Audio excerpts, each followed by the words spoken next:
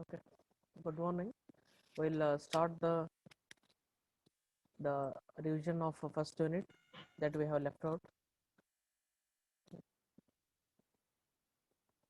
Here we are discussing the importance of structural geology, as it is the it comprises of four structures. Those are folds, faults, joints, and unconformities. Okay. Studying of these four structures, which plays a vital role in transforming the different structures in the earth. Okay, I mean creation of mountains, creation of valleys, and creation of different topographies. So these are the special features where we can observe in our day-to-day life. All those things are just created because of these important four structures. Those are folds, faults, joints, and unconformities. Okay, if we study these four structures, means we can easily access the different resources. Those are petroleum products, minerals, rocks, okay, and natural gas, compressed gas, biogas, yeah, whatever may be the resources, including the groundwater. Okay, those are all study will be useful. I mean, it will be easy when we have the complete knowledge of structural geology.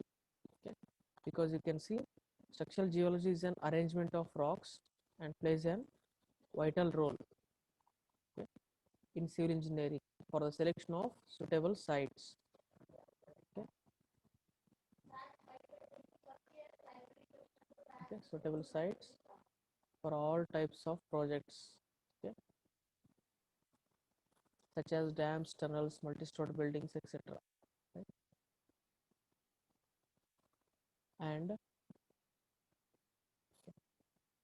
And here uh, it is a study of three-dimensional distribution of rock units with respect to their deformational histories. Okay, so these are the things what we'll get from the structural geology. Right? So these are the importance of physical geology, petrology, and structural geology. Okay, just remember these three topics. Okay, how the physical geology will be useful, how the petrology will be useful, and how the structural geology will be useful in getting the uh, knowledge about in different branches, okay, in order to choose the suitability of materials, okay, in order to select the resources, and as well as in order to select the building materials and road metals. Okay. Also, it's going to give us the brief history about the creation of earth and different layers. And these data will be given by the physical geology, petrology, and structural geology. Right.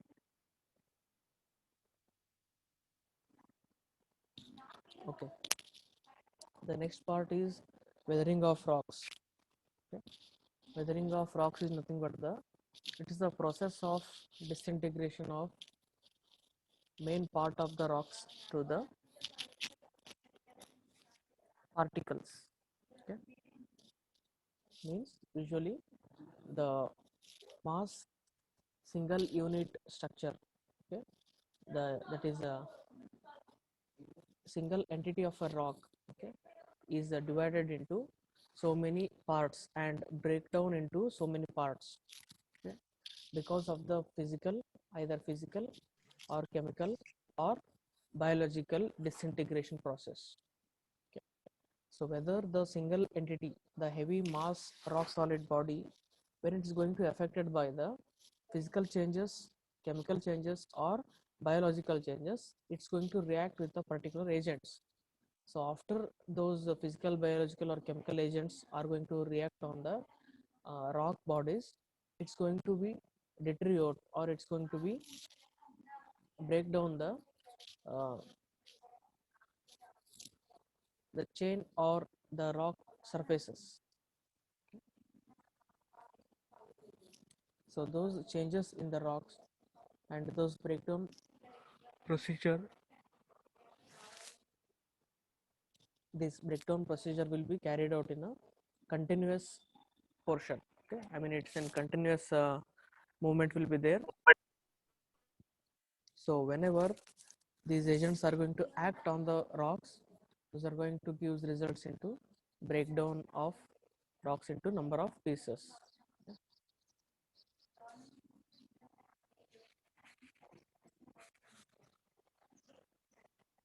Here it is physical weathering. Alternative name for the physical weathering is mechanical weathering. Okay.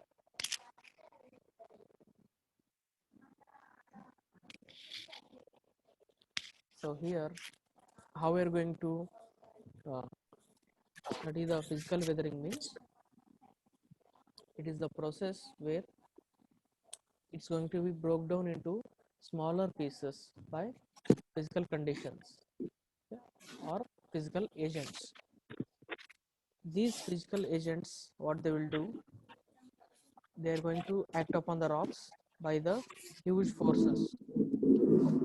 Physical weathering physical agents are nothing but the forces which we are feeling in day-to-day life. Okay, those are rain, wind, temperature changes, seasonal variations. Please, all of you, check your mics. I'm hearing the disturbance from someone.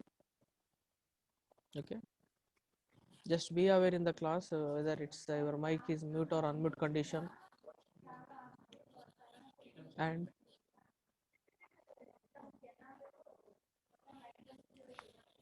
the physical agents are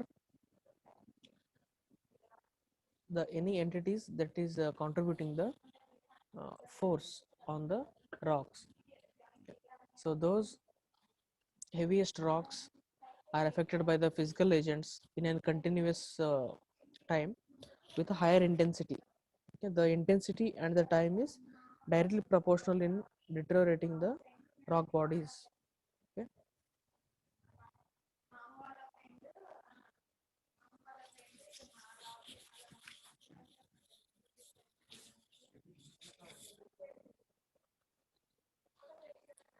Okay.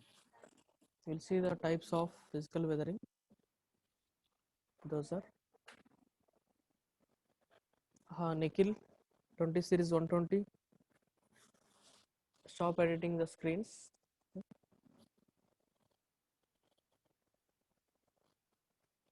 And these are the types of physical weathering.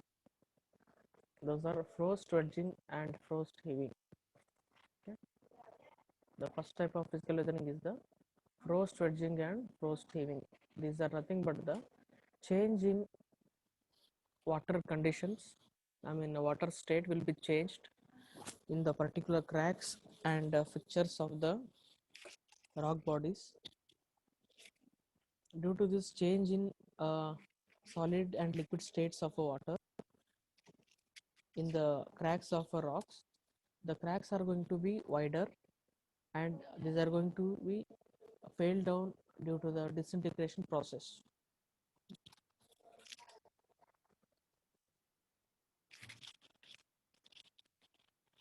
Here what we can see, the frost wedging process. These are nothing but the water is going to accumulate in the cracks and openings of a rock. So when it is stored in the particular rock, due to the atmospheric changes, the water is going to turn its state from a liquid to the solid state. Okay. And when the heat comes, when the in the midday, when the sunshine comes, the water again changes from solid state to the liquid state. So these changes from state to state is going to give a impart a different kind of forces to all the blocks and all the adjacent parts of a rocks. Okay. So these blocks are going to be affected by the changes in moment of state, and those are going to be weaken in structure. Okay. So after when they are weak in the structure, they are going to be separated from the main mother rock, and those things will be broken down. So this disintegration process, this breakdown process is called as frost wedging. Okay. That rock breakdown caused by expansion of ice in cracks and joints.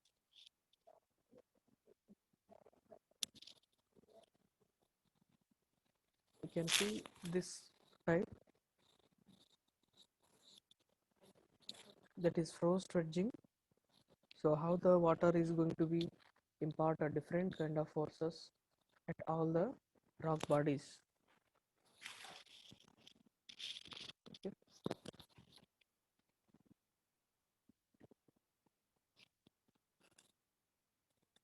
So these are the some of the shattered rocks. You can see how the disintegration process is taking place and how these are going to be broken down.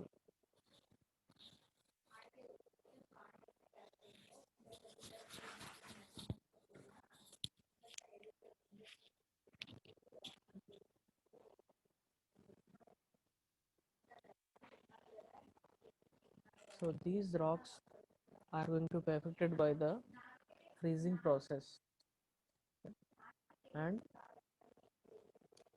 this is mainly common in the cold and alpine environments. And after this effect is processed on the rock bodies, the rocks are going to be feel the expansion. Okay.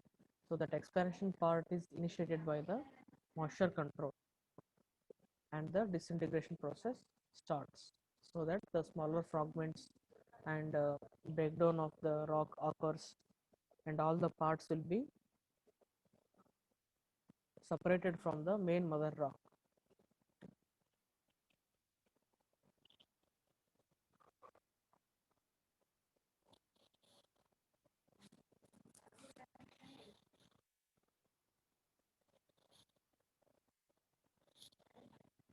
Again, you can see the breaking of rocks by thermal process.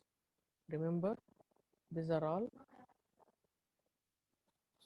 the uh, types of physical weathering. Okay. So these are all you can consider as the physical agents.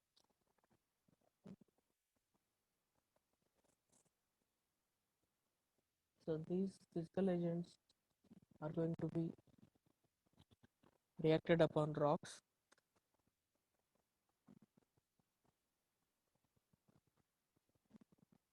and especially the shattered rocks. Okay. Shattered rocks are going to be affected by the uh, freezing force, and the rocks which are created by the sedimentation process. Okay. Means those can be separated by layers wise. Okay. Such kind of uh, rocks are going to be breakdown by the swelling and shrinkage process. Okay. That will call it as a thermal process. Okay. So the different expansion will be taken place in the shattered rocks, and the shrinking and swelling is going to start in the particular rocks by the extensive heat produced by the environment. Okay. So that extensive heat where the it can break down the rocks into number of pieces. So this process can be called as a thermal process.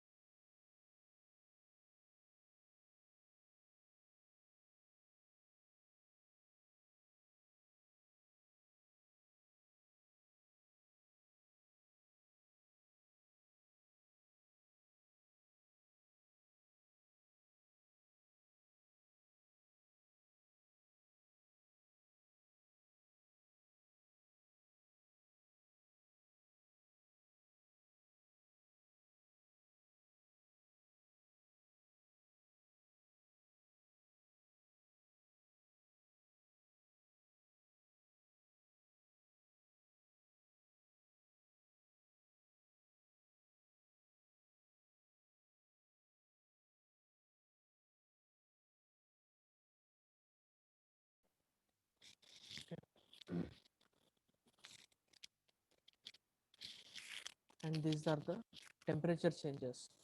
So when the in the western countries, the cold countries where the snowfall will be very high, in the north India also we can see the things where all the environment is going to be changed completely by the extensive freezing or extensive the heat. Okay, so when these temperature changes, this temperature will plays a lot of role in the breakdown of the particular rock bodies. Okay, so these rock bodies is going to be disintegrated by the this process. Okay,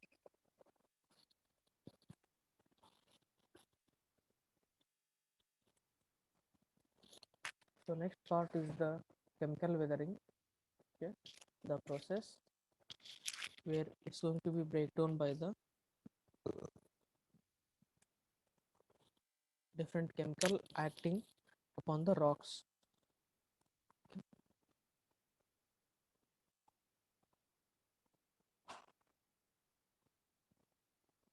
And the particular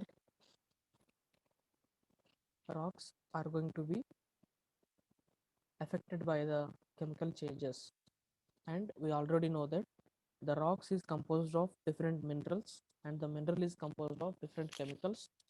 So the chemical reaction changes, and the chemical reaction takes place between the water, oxygen, carbon dioxide, okay, or any living organisms, or acid rain with the particular rock bodies. Okay,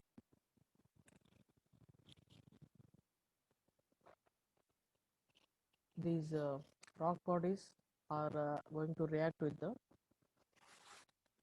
different chemicals in order to make a salt and water in a reaction. Okay, after these going to be react with water, they will create some different kind of salts. Okay, and those produced salts will be weaker in condition, so that's going to be destruct the rock bodies. Okay, the destruction starts from the particular end. Right? So the chemical agents where you can see those are water, oxygen, carbon dioxide, living organisms, and acid rain. So these are the chemical reactions you can see here. Those are nothing but the how the water is going to be reacted in the rocks. Okay. The process is called dissolution. So different ions and organic compounds will dissolve are going to dissolve in the water. Okay. So remember, dissolution is the process where the different soluble compounds are mixed with water and they are vanished away. So the removal of the solid content from the removal of chemical content from the solids, okay, is the process of dissolution. For example, silica will be there, potassium, sodium, magnesium, calcium, and chlorides and carbonates. Okay. Also, if you are going to see the acid reactions, those are water plus carbon dioxide is going to give the carbonic acid, okay, and water along with sulfur. Okay. So when the sulfur is going to be added to this carbonic acid, it's going to produce the sulfuric acid. So this H plus effective ions in the breaking down of minerals. Okay.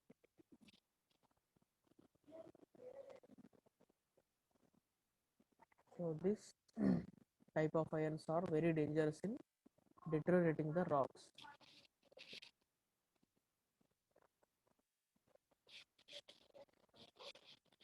So next part is oxidation.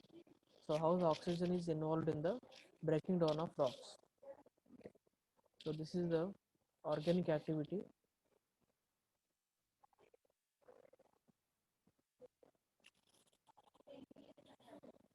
and these are all the different ions. Those are going to react with rocks by the water and oxygen hydration and hydrolysis process.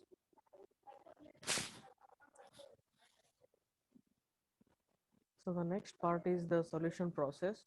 It is a process where rocks is dissolved in water, and it is mainly influenced by the pH and temperature. So when water becomes saturated, chemicals may precipitate out, forming evaporate dissipates. Okay, so these evaporated deposits are going to form when the particular liquid minerals, okay, when the liquid minerals are exposed to the sunlight, the water is going to be evaporate, and the dry content of mineral, okay, or we can say the precipitation, okay, those are those will be deposited as evaporation deposits.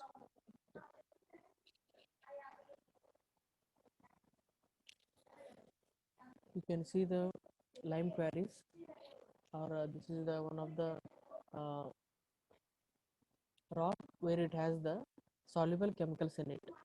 So when the rocks have the soluble chemicals in it, it is uh, well mixed up with water, and it's going to be flow away in the flow of water only. So when the water is flowing, it's going to take the particular uh, soluble content, and it's going to be it's going to be remove the gradual content of rock bodies. For example, limestone, marble, dolomite. So these are the main things.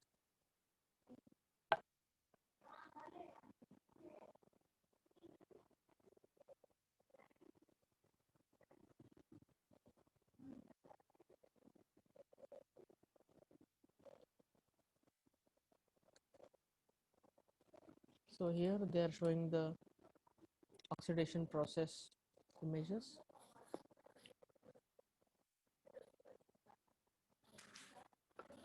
Okay, when iron is going to mix with the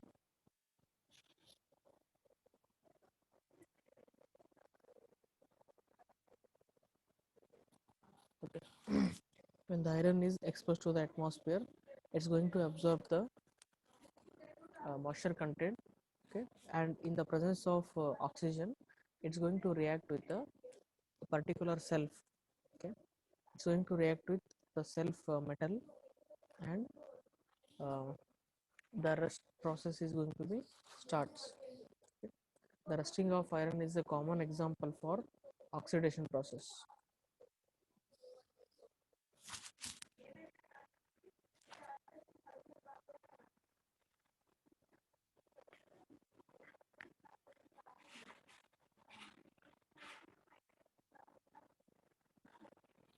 Next thing is acid rain.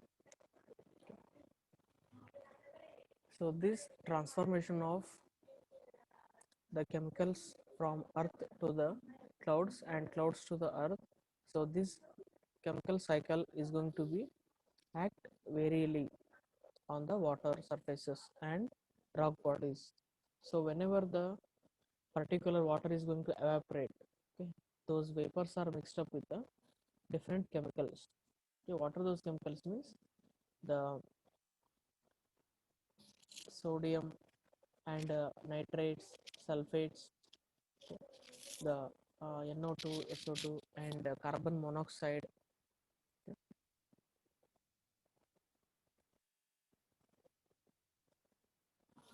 So these different gases are going to be reacted with the vapors of water.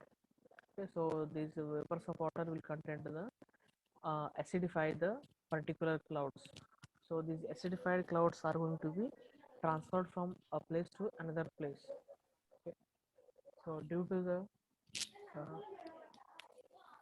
cold or due to the cold process, the vapors are going to form the ice. Okay. So when it is going to form in the ice, the weight increases. So due to the weight, the rainfall starts. Okay. So along with the rainfall, if the acid is going to mixed up means, then we'll call it as a acid rain. It's very dangerous for all the metals, human beings, and all the creatures, because it's going to vanish away all the parts.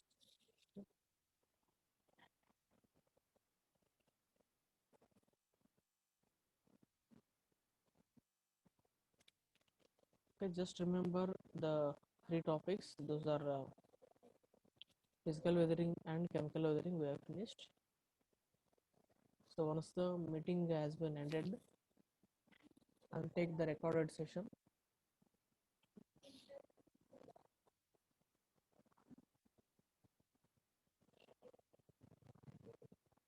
And from the next class, we'll finish the biological weathering process.